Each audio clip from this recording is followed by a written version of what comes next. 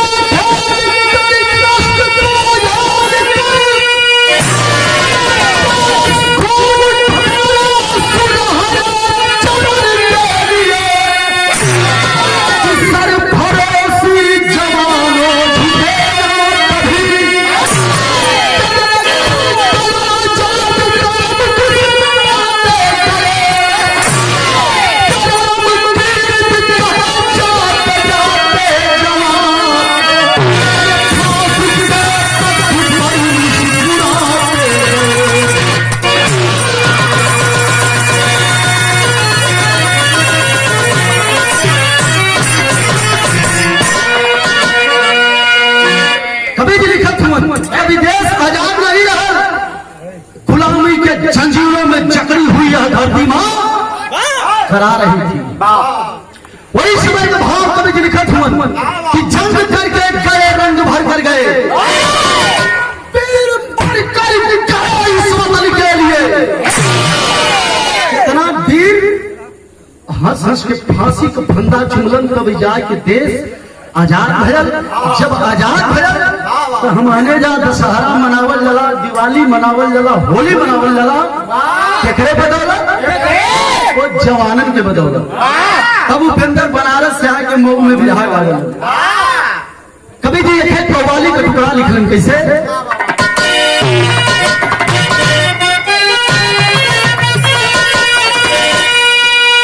अरे वारे मास्टर भाई एगो लेडीज से सवाल जवाब रहा, एगो लेडीज डोले रहा, का डोले रहा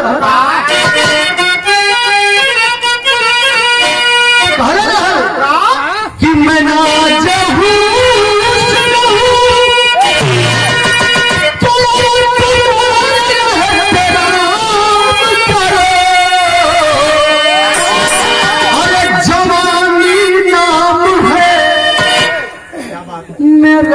मुझे सलाम करो। मास्टर से चली अरे यारी तो कहते जवानी नाम है मेरा, मुझे सलाम करो। बतावा मांस का रखवार कुकुर जब ये जवानिया सलाम करे बदे कहते तो बोले कहते मांस का रखवार कुकुर का बोलो मांस जब ही देखी रहा तुरंत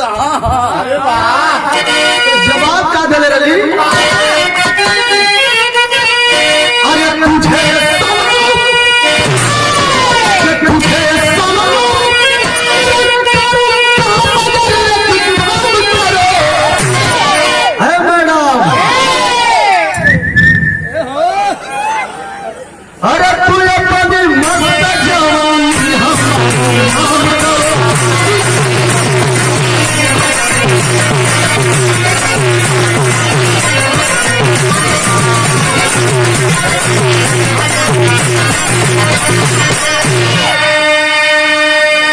लेकिन कभी भी बिरहा में भाव वीरन खातिर लिखलन का। अरे जवानी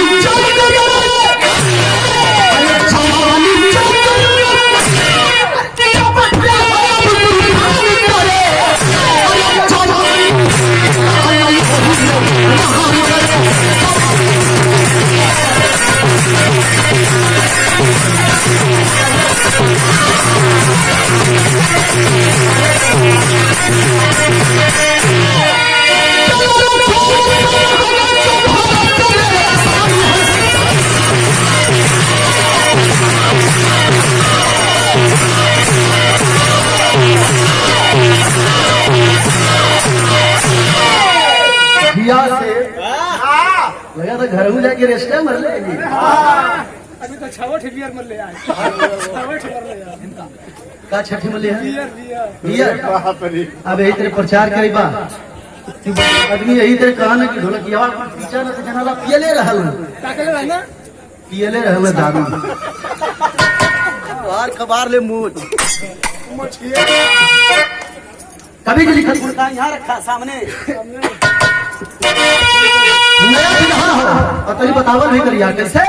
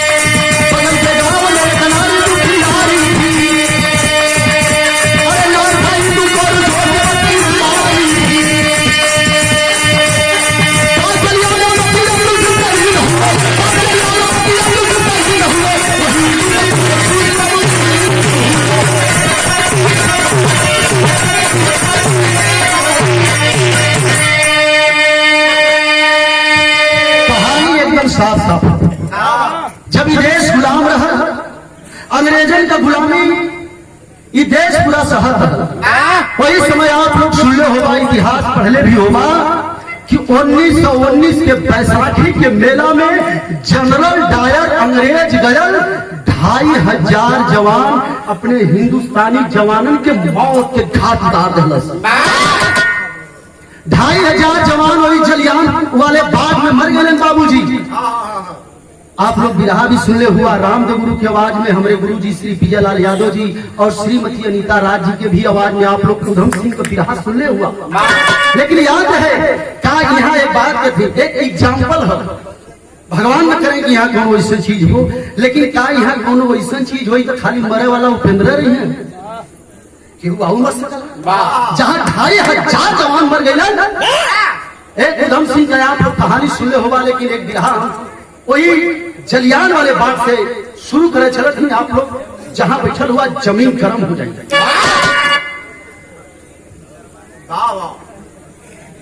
जलियान वाले बाग में मेला देखे बदे वही जलियान वाले बाग से अमृतसर मार्केट से बाजार से गांव से एगो पति और पत्नी मेला देखे बदे गईलन। पत्नी का नाम इंदू कौर और पति का नाम अर्जुन सिंह। मेला देखे बदे दोनों प्राणी गई ना और 2 साल का लड़का लेके वो इंदू कौर अपने गोद में लेके वही मेला देखे बदे गए। अंग्रेजन के गोली चला लगल। जब अंग्रेजन के गोली चला लगल ए भैया 2500 जवान मरलन। वही जवानन में मरा वाले लिस्ट में नाम वो अर्जुन सिंह कभी रहा और किसी तरह से अर्जुन सिंह अपने बेटे को अपनी दुल्हन को अपने पेट के बले लोट के अपने बच्चा के और अपने औरत के बचौलन है। जब अंग्रेज गोली चला के चल गए बाबूजी वह इंदू कौर अपने पति अर्जुन सिंह को लेकर के घर पे आती है अंतिम दाह संस्कार करवाती है। अब रोए का हुई है अब पछतावे का हुई है जब चिड़िया चुग गई खेत। माता बहन लोग आप लोग भी बैठल हुआ आप लोगों के भी देख के विराह शुरू कैली यहाँ इतना भाई लोग बैठल हो लेकिन आप लोग भी सुनिए आंख में आंसू आ जाए घमंड ना चैलेंजो ना विश्वास अगर दिल से सुनवा लो उनका। इंदू कौर अपने पति को घर पे लेके आती है अंतिम दाह संस्कार करवली है भैया क्रियाक्रम बीतल है 25वें दिना इंदू कौर एगो फोटो टंगल है केका अर्जुन सिंह उनके पति का फोटो के देखत है और गोद में जौन अपन बेटा 2 साल का ले ले वो लइकवा के देखत है फोटो लइका फोटो लइका फोटो लइका फोटो लइका। लेकिन 12 इंदू को 25वें दिन पति का तस्वीर देख के लइका के चेहरा देख के एगो बात कवि जी लिख दिलन। कौन बात लिखलन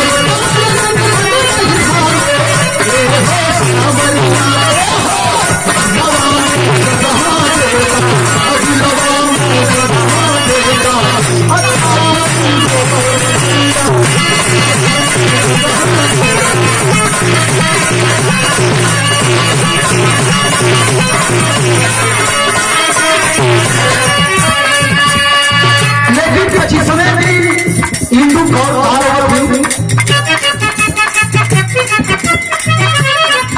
अपने पति का तस्वीर और बेटा का चेहरा देखा थी तो कभी लिखा होगा अरे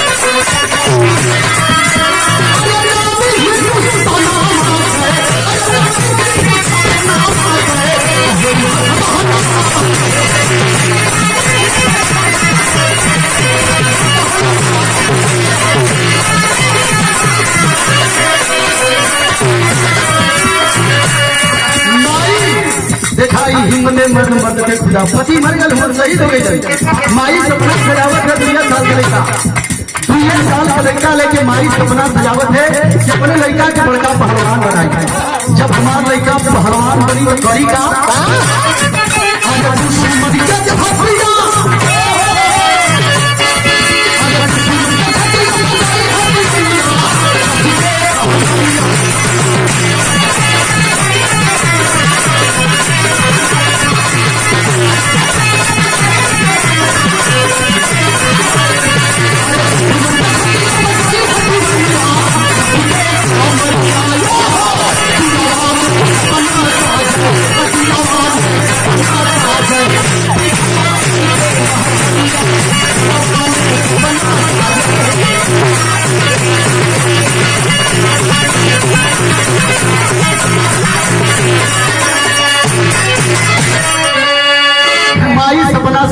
कहानी समझिया लोग माई सपना सजावत है कि एक दिना अपने बेटा के हिंदुस्तान को बहुत बड़ा पहलवान बनाई।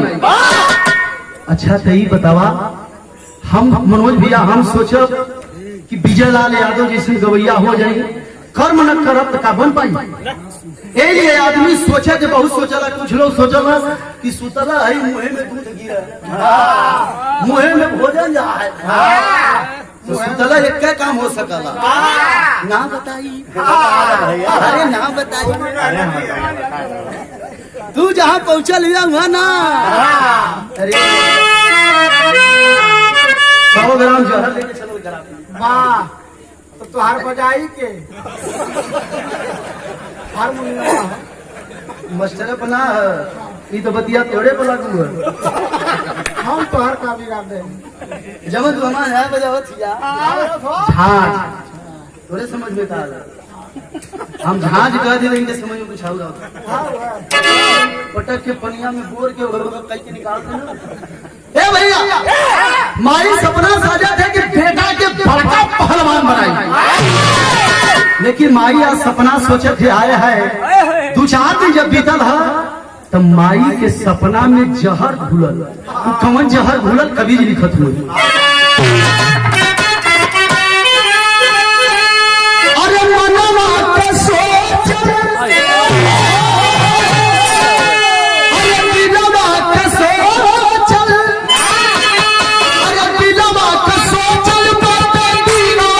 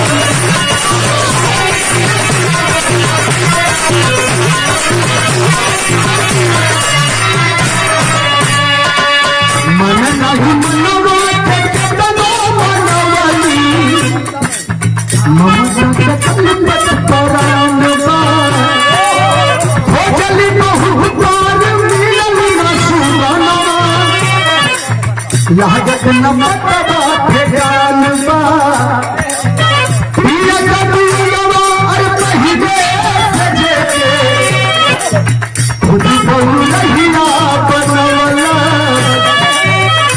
फिर वही बचावा गया लड़का हेरा गए। एक तरफ सिंदूर मिट गए 27 दिन पहले, 27 दिन बाद वो लड़कवा जो रहल हो हेरा गए। कैसे हेरायल बताइए, लेकिन माई कैसे जी का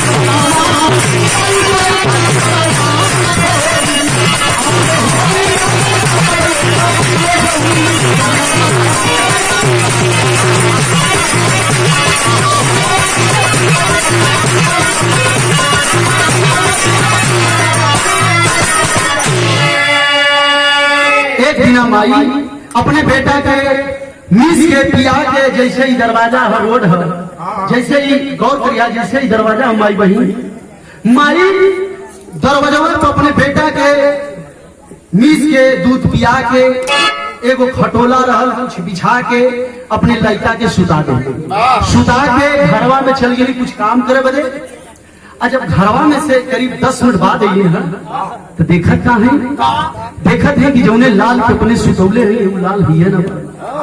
वो 2 साल का लड़का बाबूजी जब माई ना देखल से तो घबरा गई, घबरा के दौड़ के अगल बगल गांव में अगल बगल घर पे गई है, जाके रोवे लगली, रो के कह लगली ये बहनी का हमारे बेटा के लिए आए हो, का हमार बबुआ के लिए के लोग नहीं छिपा के हमारे संगे मजाक ना करत हो, ऐसा मजाक मत करा। बहनी रोवा लगल, माई के मैया ना भैया कहो जेकर सिंदूर मिटा गया वो सोचत है कि अगर हमार सिंदूर दुनिया में ना हो तो है अचरा का सहारा है, कहीं संगे अपन हम जीवन बिता ले। लेकिन आज माई का बेटा जब हेरागल अगल बगल जाकर खोजे लगली, माई बहन से पूछे लगली कि बहनी अगर हमारे बेटा के लिए आए लोग खिला लिया, खूब पेट भर खिला लिया, लेकिन हमारे लड़का के बतादा के लिए आए लोग अगल बगल के लोग कह लगली नहीं बहनी तोरे बाबू के हमान नाम रख लिया मत गलत फहमी में रहा कि तोरे लड़का के हमान लेके आए नहीं बहनी। रोवे लगल माई दर दर ठोकर खाए लगल, हटने लगल। लेकिन गौर करिहा हे बाबू वो लड़कवा सुतावल है तो वो लड़कवा भयल कभी जी खत्म था। अरे ए हमारी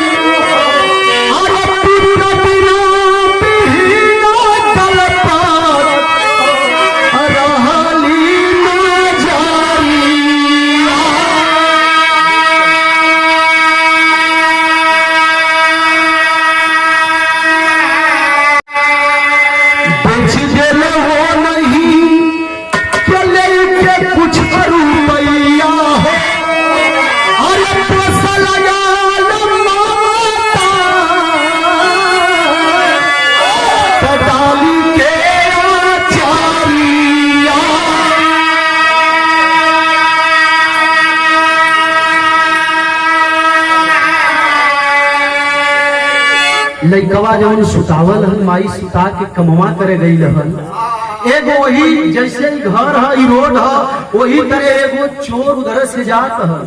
अगल बगल देखलस कोई ना लौकत है तो लइकवा के गयल धीरे से उठा लिया। लइकवा सुतल रहबे कर यही तरह कानी पर रख के एगो गमछा डाल देलस। गमछा डाल के जल्दी जल्दी जल्दी जल्दी निकल गए। कहाँ गए लइकवा के लेके? दिल्ली। दिल्ली के शहादरा में गए। एगो मदन नाम का एगो व्यक्ति रहल, बहुत पैसा वाला रहल, बहुत अपूत रुपया रहल, लेकिन एगो पुत्र बिना उनकर सारी रुपया और सारी दौलत सुनी रहल। चोरवा जाके वो मदन लाल से कहे लगल कि एगो लड़का चुरा के लेके आयल है साहब। चोर देखा चोर भी है सारा लेकिन ईमानदार है। कहत है कि एगो लड़का चुरा के लेके आयल है साहब, ये लड़कवा के कुछ रुपया में ले लेता तो हमरो काम हो जा, तोहरे पल्ले लड़की लड़का ना हो तोहरो काम हो जा। ये भैया मदन लाल कुछ रुपया देखे वो लड़कवा के किन लेलन। और किनले के बाद पूछले कि बताओ ये लड़का कहाँ से चुरा करके लाए हो? ए भैया अब वो लड़कवा के मदन लाल किन लेले। किनले के बदवा वो चोरवा से पूछना कि लड़कवा के कहाँ से लेके आया? तो चोरवा बतावे लगल कि अमृत शहर देहात गांव से लड़का के चुरा के लेके आया। ये कहानी आप लोग नोट करिएगा। अब कुछ पैसा रुपया लेके उ छोरवा तो चल गए, लेकिन लड़कवा के लेके मदन लाल कैलन का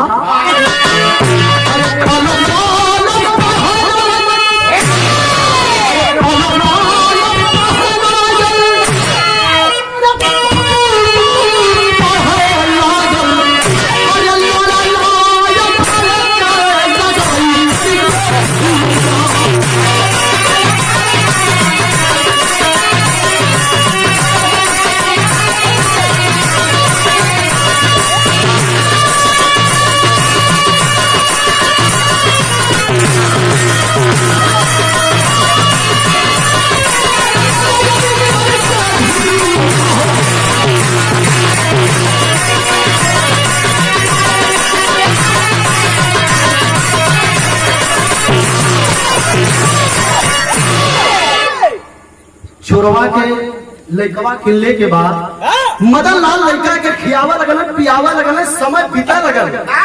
जब शांति शांति भैया शांति शांति।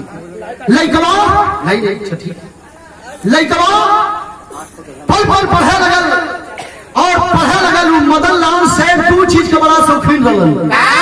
आदमी का स्वागत गिरी का बड़ा शौकीन रहल और पहलवानी को बहुत बड़ा शौकीन आदमी रहल मदन लाल। मदन लाल और लड़कवा के पढ़ावे लगल, खियावे लगल, जियावे लगल। और धीरे धीरे लड़का जब बढ़ल है तो लड़का का नाम का रखलन? वो लड़का का नाम बजरंग रखलन। जब बजरंग रखलन है पंचो, धीरे धीरे जब 16 साल बीतल है तो लड़कवा अखाड़ा बजा के लड़े लगल। जब लड़े लगल तो कभी जी बिरहा में खेत दर्ज लिखलन।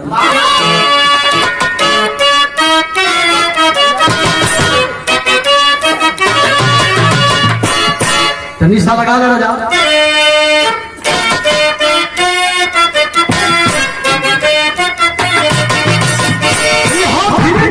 कि राम का गुरु बुल्लू गुरु बड़ा मछल के गाँव है। कैसे गाँव है? गाँव में कोई अरे एक गोटे तोर लहंगा निकलू जब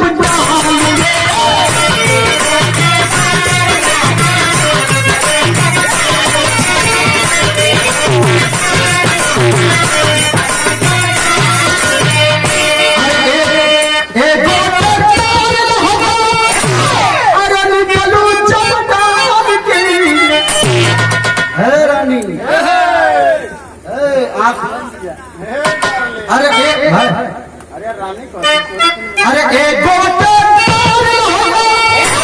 अरे निकलू जब धार के तो छुरियां चल जाए मेरी। अरे छुरियां चल जाए मेरी मतवाली।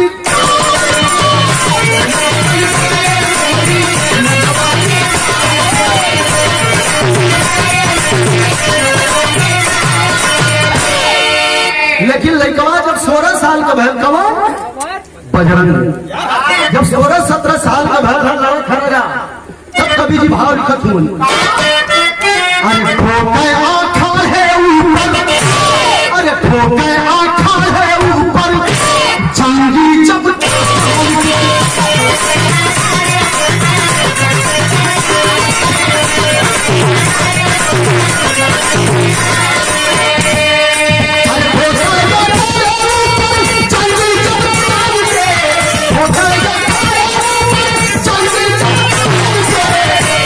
मचला जवानी हरदम, आज वो रजा वही तरीके, अरे मचला जवानी हरदम या पहला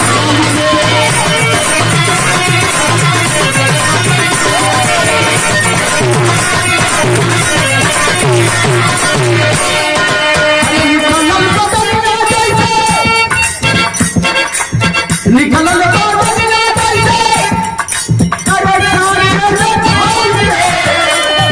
मचला निकल चला जवानी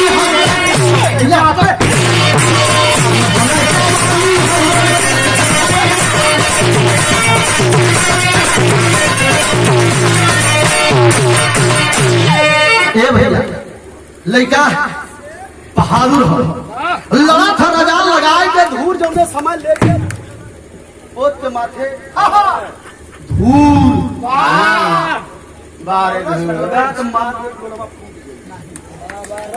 जब लगा के धूर महावीर ठिका लड़ा लगा तो अच्छे अच्छे पहलवान जो ना 2-3 बेर हवा छोड़ के निकल गया, लेकिन वही समय ओकरे पहलवानी के चर्चा पूरे दिल्ली के अंदर फैल गया। तब कभी जी वही समय भयल जा बिहार के खेत तले लगे।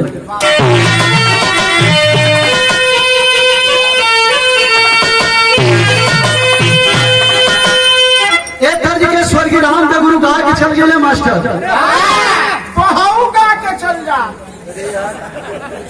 बड़ा बेवकूफ आदमी हम लेके चलत है यार, कहाँ भेजत हुआ भैया? अरे तो क्या हम तुम्हारे घरे बनारस भेजत है। अच्छा रामदेव गुरु बनारस गए हूँ ना वो तो आजकल लेडीसन के खोजत है।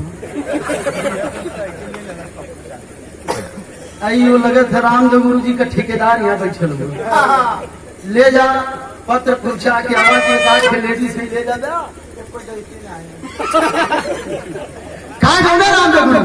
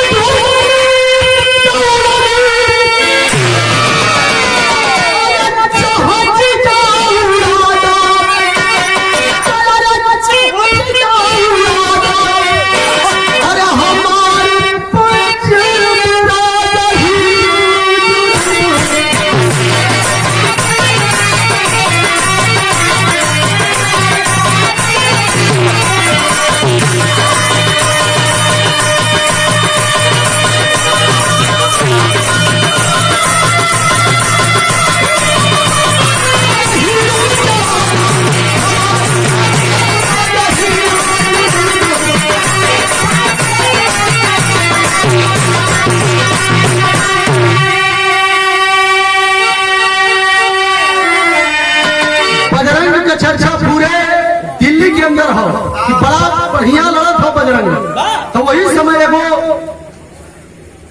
दिल्ली के अंदर का भय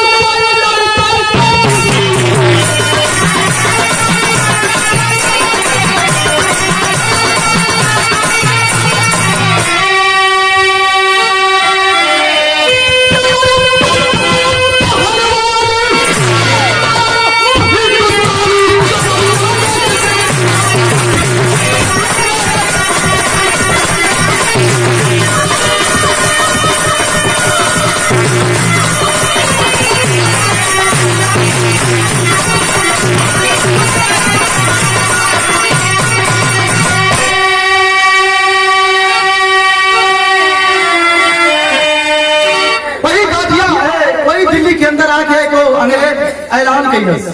कैसा ऐलान कैलस कि बात सुन रहा हूं कि हिंदुस्तानी पहलवान दांव काट करके और अच्छी अच्छी पहलवानी कर रहे हैं, तो मैं ऐलान करता हूं। ऐलान कौन चीज से कैले रहा? आजकल फेसबुक का जमाना है, लेकिन वो समय टेलीविजन, पेपर, रेडियो द्वारा हुए पूरे हिंदुस्तानियन के ऐलान कैलस कि अगर अगले रविवार के दिन गाजियाबाद के मैदान में एक मेरा पट्टा आएगा, जिस पट्टे का नाम, जिस अंग्रेज का नाम माइकल रहेगा, माइकल डॉन अंग्रेज आएगा, और हिंदुस्तान में अगर कोई पहलवान उसकी मां ने दूध पिलाया है तो यहाँ करके मेरे पहलवान से लड़ लेगा। रविवार का दिन आया, गाजियाबाद के मैदान में अंग्रेजवा पहुंचल हो, लेकिन कभी ये खेत तर्ज लिखलन का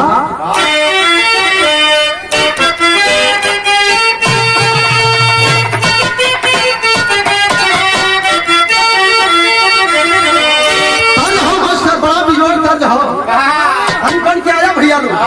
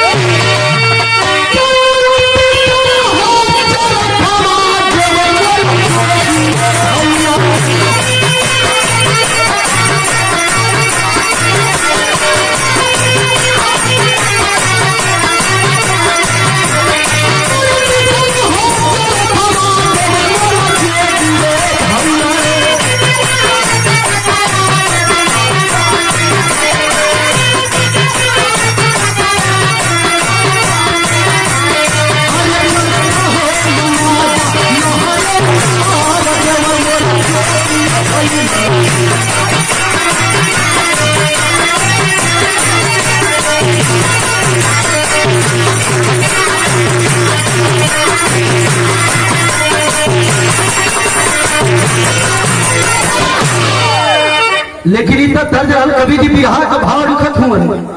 अंग्रेज ऐलान कैले हर रविवार के दिन कोई हिंदुस्तानी पहलवान आकर के मेरे पहलवान से लड़ सकता है, तब कभी की लिखत हुए। अरे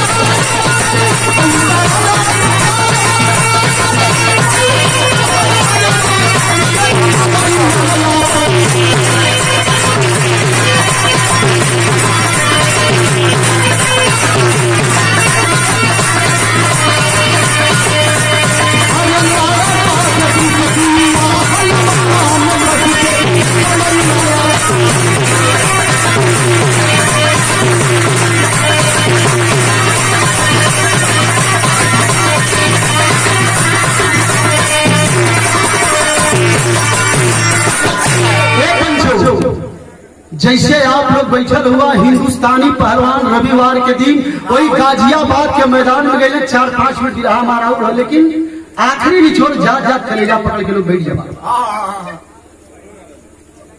लड़का अंग्रेज पहलवानवा वही अखाड़ा पाया लगल भाजे भाजत बा आजा पट्ठा आजा कोई हो तो लड़ ले नहीं तो उसके अंदर तू बढ़िया कल पंजा एक आध पंजा ए भैया हम गाँव बदे अली लड़े बदे ना क्षमा हो थोड़ा मौज ले चल दिया ए भैया अंग्रेजवा वही अखाड़ा पर आया घूमा लगा हैरान करा लगा जैसे आप लोग बैठल हुआ वही पे पूरा हिंदुस्तानी पहलवान बैठल हुआ दर्शक बैठल हुआ अंग्रेजवा जब 10 मिनट घूमल अखाड़ा पर जब एको पहलवान लड़े बदे ना गए तो फिर अंग्रेजवा माइक ले करके कहे लगा क्या है लग रहा है कि आज जितने पहलवान बैठे हैं हमको लग रहा है कि सारे पहलवान दूध कट्टू बैठे हैं कोई अपनी माँ का दूध नहीं पिया। अरे बाप रे बाप जैसे आप लोग बिरहा सुनत हुआ वही लोगन के बीच में बैठल रहल बजरंग इधर बुक्की मार के 12 बजरंग हम लड़वैया ना है लेकिन अगर लड़बो करवा तो 2-3 थे दाव हो बोले ऐसा न एक खेत पहला था हो कि ढेर बढ़िया रहा तो ये पकड़ झूल जा मेन दाव अब तो के छट करे के पड़ी ये तो मेन दाव है लेकिन है भैया बजरंग वही तरह बैठा रहा जब इस सर्वांग कहलस की लगा था कुछ दूध कट्टू बैठल हुआ और तबले वही महफिल में से खराब है तब कवि जी बिरहा यहाँ पानीदार मर्दन खातिर कवि जी लिखत उनका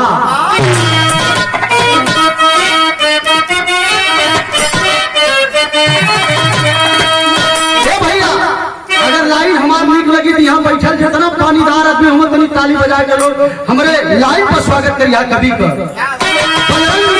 सोचा था का सोचा था कि पानीदार कैसे पानीदार अरे पानीदार कैसे हरी मानी जवानी पानीदार कैसे मानी जवानी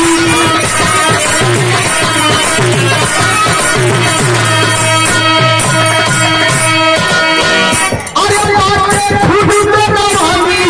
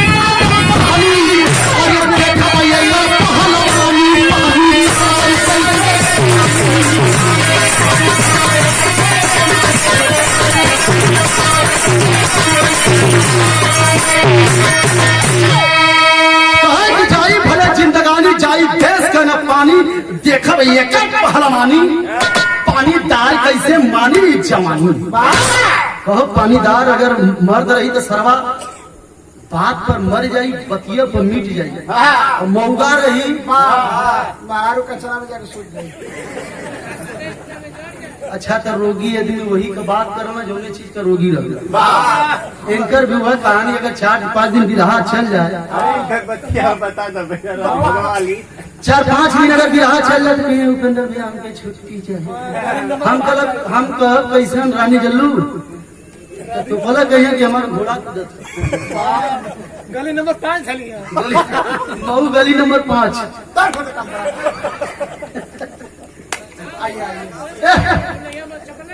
ए भैया नहीं है चपवावा मत नहीं तो गली नंबर 5 ए भैया कहे कि चाय फले जिंदगानी अरे चाय देश का ना पानी देखे बेकर पहलवानी पानीदार कैसे मानी जवानी खड़ा होके और रजा झूमत का चल देला जब गया लगे जवा से हाथ हिलवस तब कवि जी लिखत हो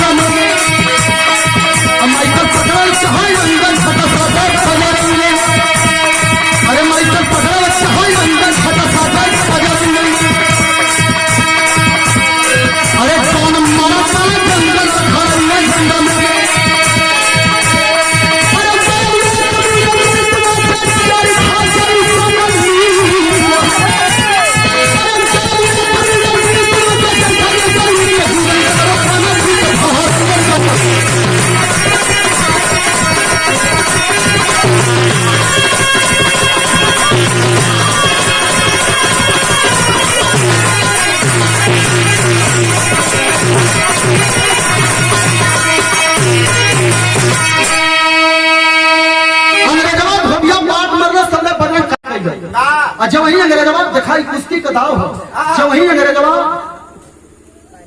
पकड़ा चाहा और तबले झट सटल देखकर कुल बुधिया हेराई। अरे राजा लेके आई पीठी पर मार के काला जंग लेके 80 अंश का कोर बना के वही अखाड़ा पर अंग्रेज के गिरोह से जब अंग्रेजवा गिरल है ही करे गिरल तबले जब कैलाश तबले वही छाती पर बजरंग बैठ गए। जब बैठ गए तो जैसे आप लोग हुआ वही तो हिंदुस्तानी लोग रहलन बजा लगल ताली, बजा लगल ताली। जब ताली बजा लगल तो कवि का लेखनी भी एकदम पेवर दिल चढ़ा के लिखल का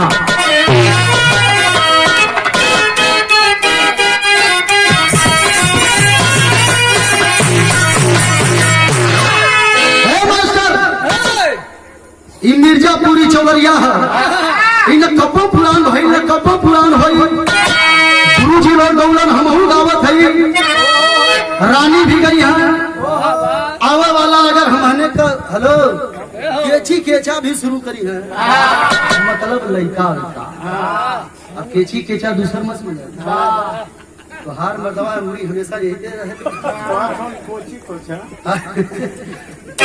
केची केचा कह दी देंगे कोची कोचा। अरे धैर्य दोनों को पपुला हो ए भैया ताज कवन हो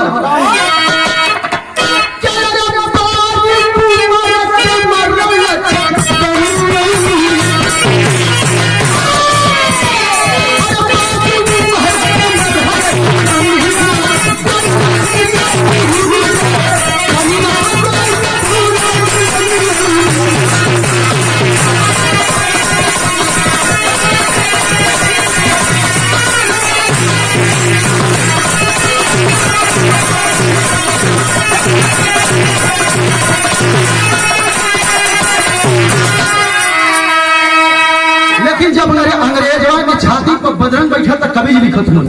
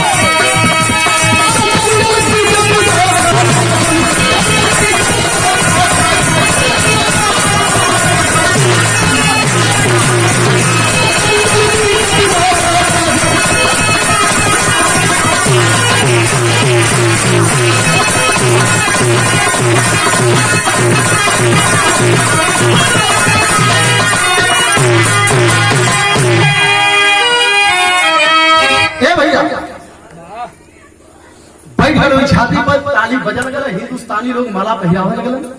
जब हिंदुस्तानी लोग बजरंग की माला पहिरावे लगल तो अंग्रेजवा को धीरे सा उठत हुआ यही तरह निकलना निकल के अंग्रेज तो चल गया, लेकिन साले को रहलन बड़ा छजी कैलन का बजरंग के माला पहिरो हिंदुस्तानी लोग पहिरौलन। बजरंग अपने घरे गया, चौतरफा डंका बजगल बजरंग के। तब कवि जी भाव लिखत होता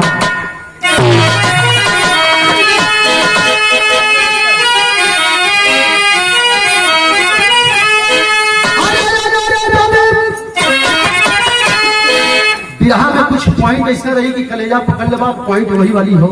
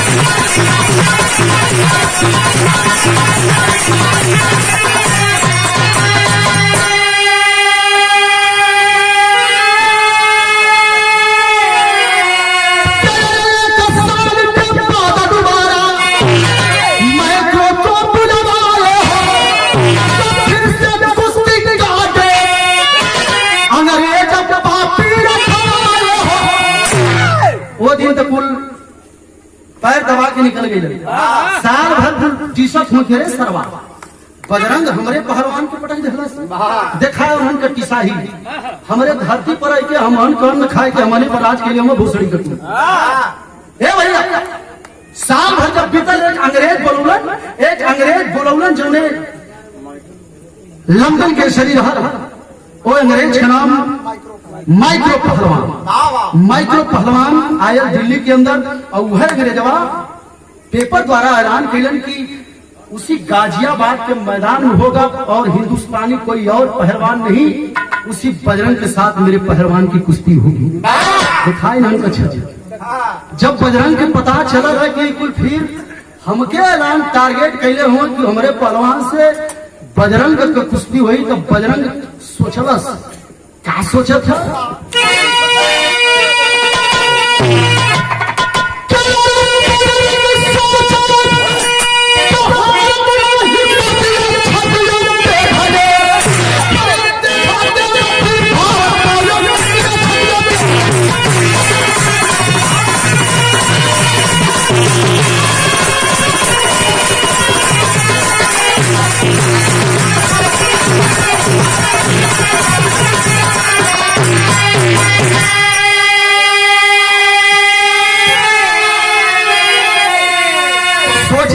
हारम ना हिमतिया छतिया बेधले देखा देव फिर भारत का जो कतिया छतिया बेधले कह सार के ओदाकारी कैले रहना एदाकारी ना छेड़ली पटका बैसन की 3 किलोमीटर भगिया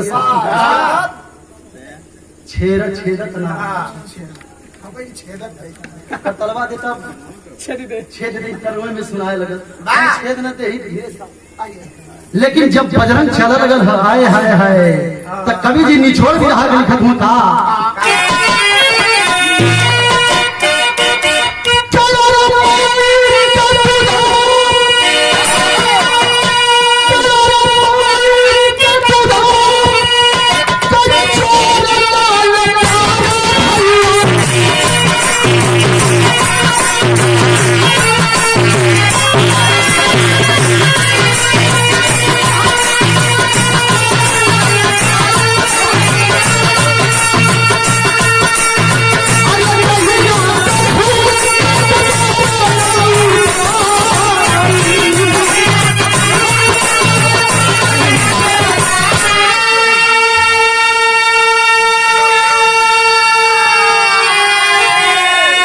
कभी भी लिखत है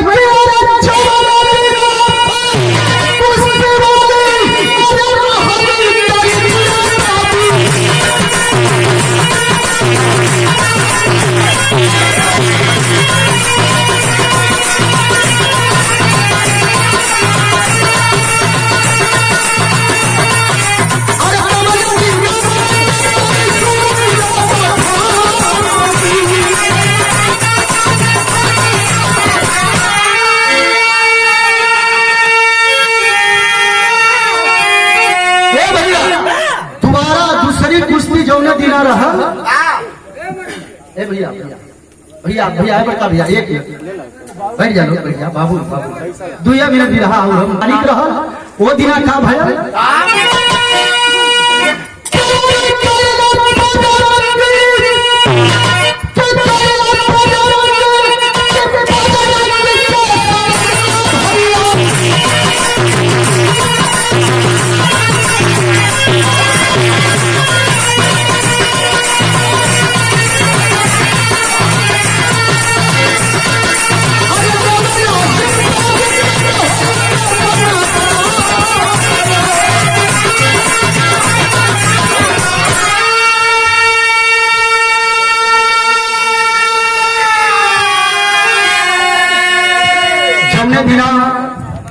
भैया भैया बाबू कुश्ती रहा जमने दिना भैया बजरंग वो दिन नहा के अपने बाबू का आशीर्वाद लेके मदन लाल का अपने माई का आशीर्वाद लेके बजरंग बली के मंदिर में गए। जब बजरंग बली के मंदिर में गए बजरंग बली का दर्शन कैलन बजरंग बली के चरक महावीरी हटा के अपने लीला पर लगौलन और लगा के जब ही वो मंदिर से निकल के 4 गो सीढ़ी उतरल हूँ और तबले बजरंग दिखलन का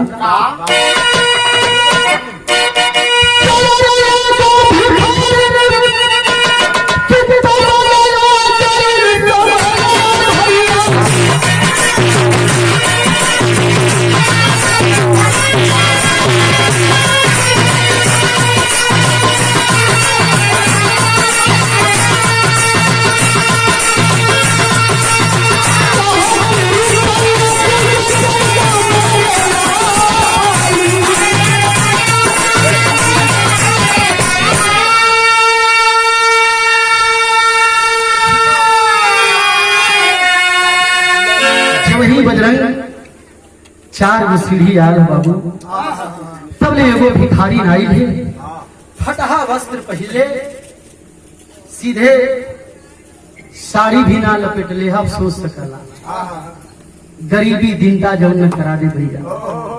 भिखारी नाई ला भैया, बजरंग जब वही उतरल चाहत था तबले जाए के यह पैरवा पकड़ ले, पैर पकड़ के कहलस के बाबू 2 दिन से कुछ खैले ना है बाबू, रुपया 2 रुपया दे देता तो चल के कहीं हम खा ले। आया है ना मास्टर उबरे ए भैया, जब बजरंग दिखलन वो बुढ़िया के तो का भैया हाँ सही है।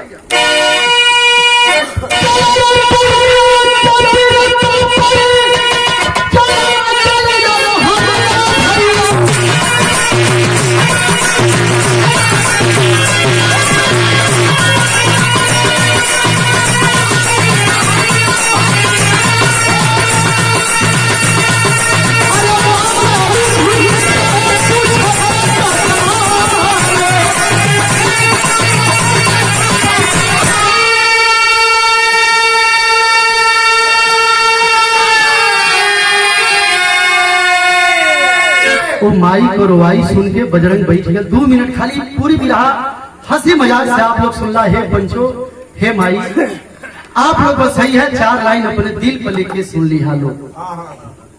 जब वही बुढ़िया कलश की लाल रुपया 2 रुपया दे देता तो कुछ खा ले, 4 दिन हो गए कुछ खैले बेटा।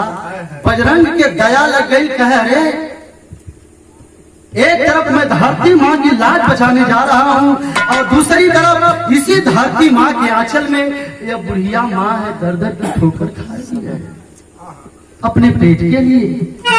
बजरंग बैठ गया, बैठ के पूछे लगल बजरंग कहो माई काहे भीख मांगे लो, का तुम्हारे परिवार ना हो, का तुम्हार पति ना हो, हौरा गया सोच भैया का बाबू रुपया 2 रुपया दे दाई बुझल यार, फिर से मत मारा। पूछत हुआ हमार पति का बतौल से हिंदू बुढ़िया नहीं और नहीं रहा, बुढ़िया है पंचो, वह बुढ़िया हिंदू कौर रही जो कि अपने बच्चे की तलाश में दर दर की ठोकर खा रही थी। तो कवि लिखते हैं क्या ओके का पता कि जौने बचवा के खोजे खातिर हाय दर दर का ठोकर खा गई, वो हमार लाल हमारे सामने खड़ा हुआ, उन्हीं से भीख मांगत है। लेकिन बारे कवि लिखत हूँ का लिखन है,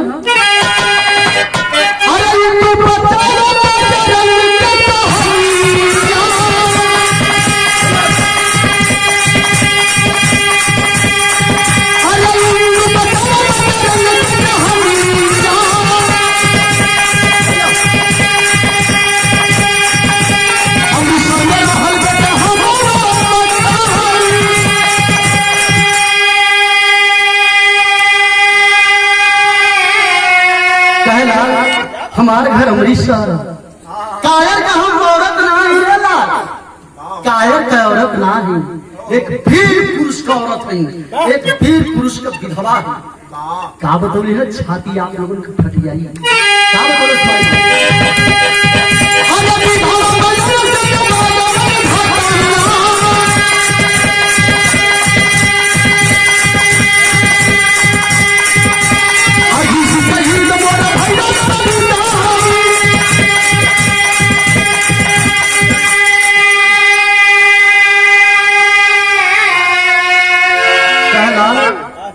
पूछत हुआ हमारे पति का नाम अर्जुन सिंह, बैसाखी के मेला में शहीद हो गए। ए माई अच्छा पति शहीद हो गया तो का गोद में कोई बेटी बेटा भी ना होगा, तब तो माई जनाल के मूर्छा आज गिर गई। माई कहा लगल कि बेटा तू तो हमार भरल घाव आज खोल लेला। बेटा पूछत हुआ आज बारे माई फक के रोवा लगल, रो के एक बात कहला से बजरंग भी रोवे लगल। कौन बात कहला से? बना ली बच्चा।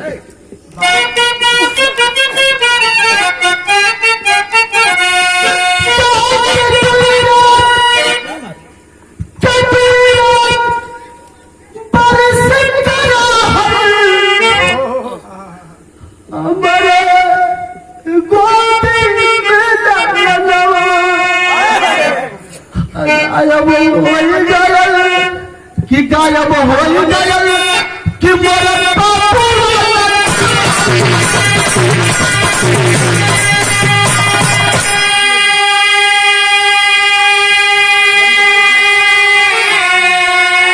कह रहे कि 2 साल का हमार बेटा रह। मीस पिया के कहानी बतावल गल कि मीस पिया के दरवाजे पर सुतौले रही हमार लाल हिला गए। और का कैली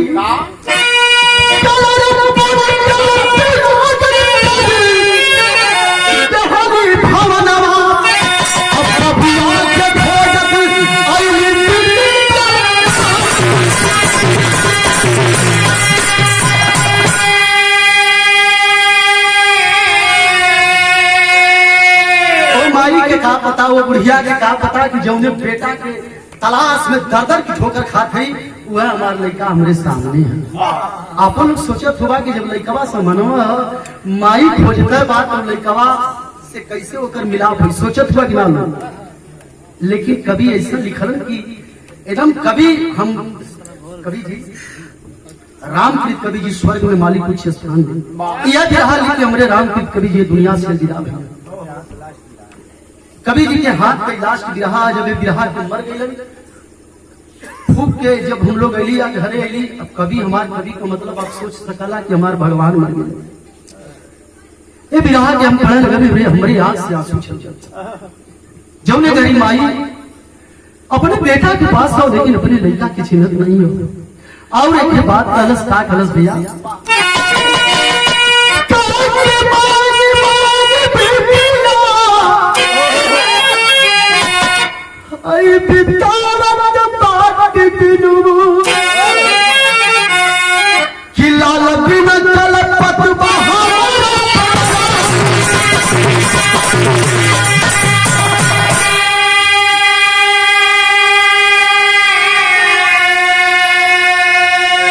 बजरंग कहा करे माई तुहार बेटा अगर 16-17 साल पहले हरा गया, अगर तुहार बेटा आ भी जाई, अब यह बिरहा का मेन पॉइंट हो, अगर तुहार बेटा तोरे सामने भी आ जी तो तू छीनबू कैसे?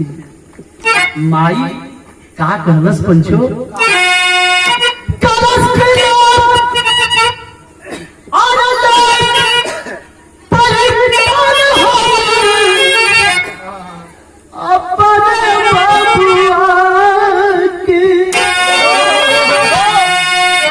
हमार लड़का अगर मेरे सामने आ जी तो हम पहचान जा।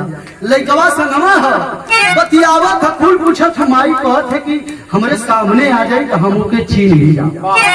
का कहलस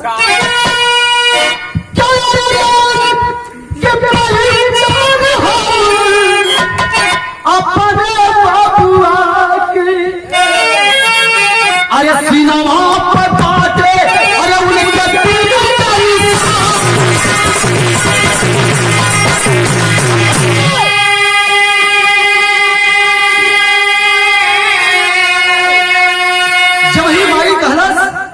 कि लेबा पहचान हम अपने बबुआ के सिनेमा बहुना उनके दिल के निशान। अरे बजरंग जलाल की धाम से गिर गया। बुढ़िया माँ को छोड़ दिया, बुढ़िया माँ को छोड़ दिया तो रोवा लगल बजरंग। बुढ़िया माई कहले गले बेटा काहे रो थोड़ा? वो कुछ नहीं बोला, वो कुछ नहीं बोला। बुढ़िया माँ बुढ़िया सुनने वाले भैया बुढ़िया माँ को बजरंग लिया ले जाके अपने घर पे गया। जब घरे पहुंचा तो ओकर बाबूजी है तैयारी करो तुम किला दर्शन करके आई है कोई दंगलवा में चलो अंग्रेज से लड़े के है बेटा की।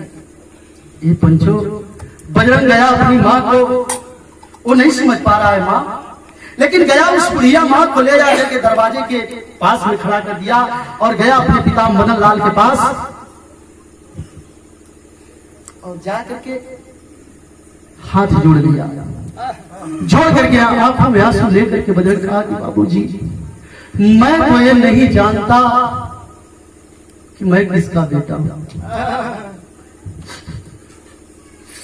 लेकिन ये बुढ़िया माँ कह रही है कि 16 साल पहले इसका बेटा गुम हो गया था, और आज एक बाबूजी बजरंग अपने मदन लाल पिताजी से कहते बाबूजी इसका इस बुढ़िया माँ का बेटा 16-17 साल पहले गुम हो गया था, और बुढ़िया माँ रो रही है और बता रही है शर्ट का बटन खोल दिया और कहा कि बाबूजी ये माँ बता रही है कि इसके बेटे के सीने पर तिल है, तो बाबूजी मेरे भी सीने पर तिल है, लक्षण है।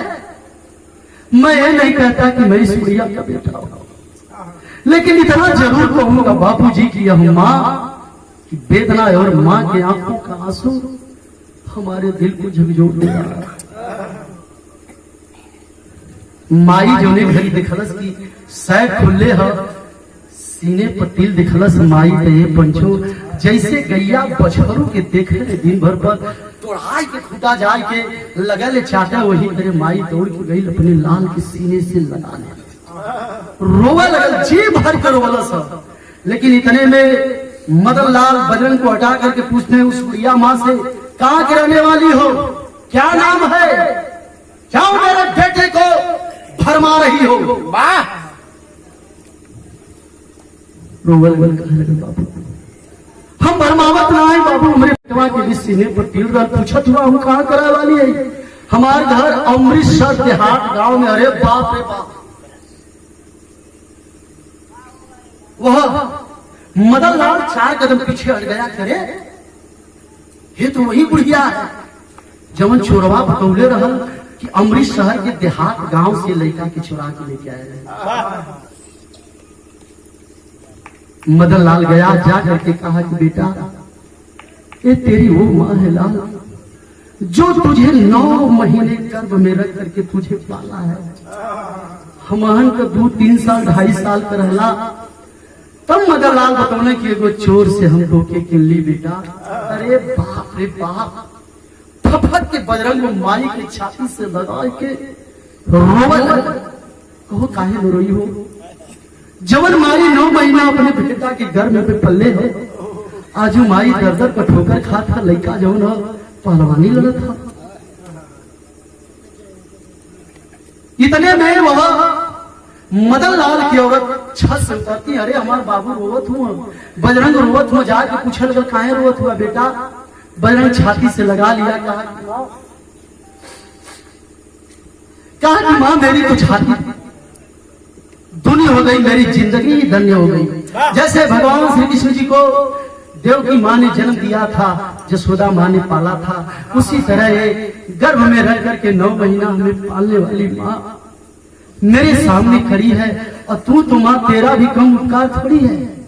उस बुढ़िया माँ के बच्चे को अगर 9 महीना पाली है तो तू तो 17 महीना पाली है, तेरा भी कोई जवाब नहीं है। माँ लगा करके अपने दोनों माँ को छाती से लगाया, जब लगाया तो कवि जी भाव लिखते हैं क्या,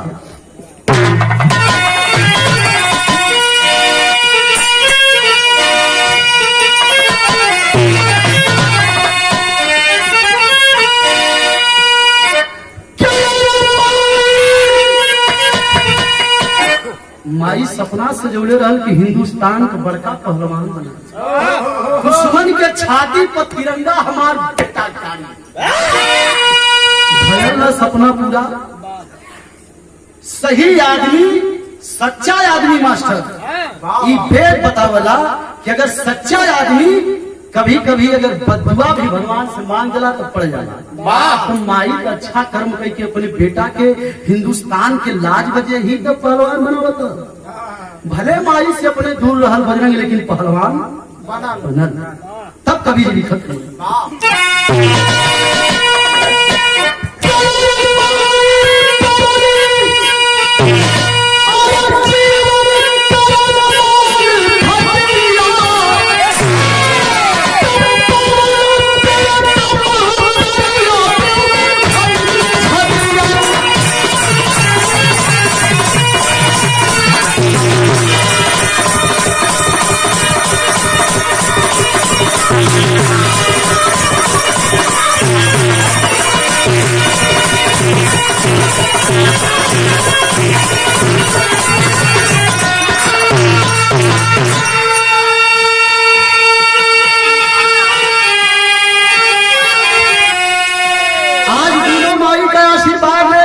केकर छाती केकर ना हौसला बढ़ जाई जे। और एक बात सुन लेना मेरे भाई, इतना लोग बिहार सुन रहे हमसे सब बड़कवा हो यहाँ से कुमार गार्जियन हो। हे देवी माई का 9 दिन है माता बहन लोग, कहूँ लोग 9 दिन व्रत मत लिया, चल जाइए। कौनो देवी का दर्शन मत करे जइहा, चल जाइए, जिंदगी चल जाइए। लेकिन जिंदगी वही दिन खत्म हो जाई जौने दिन अपने मतारी बाप के आप लोग सता देंगे। माँ के दुआ में इतनी ताकत होती है बाबूजी, अगर घर की माँ नाराज हो गई, अगर घर की माँ को अगर आप लोग सता दिए तो याद रखना कि ये 9 देवी के दरबार में जाकर के माथा पटक करके मर जाएंगे, कभी जिंदगी नहीं संवरेगी। उस माँ को सवाल देना, ये देवी माँ खुश हो जाएगी। कभी भी लिखते हैं आखिरी भाव, माँ को लेकर के गया, आशीर्वाद लेकर के गया, आज दुना छाती है राजा। ए मास्टर भीम भैया, गया तुरंत हाथ मिला के चढ़गल छाती को, तब कभी जी आखिरी भाव लिख लेंगे।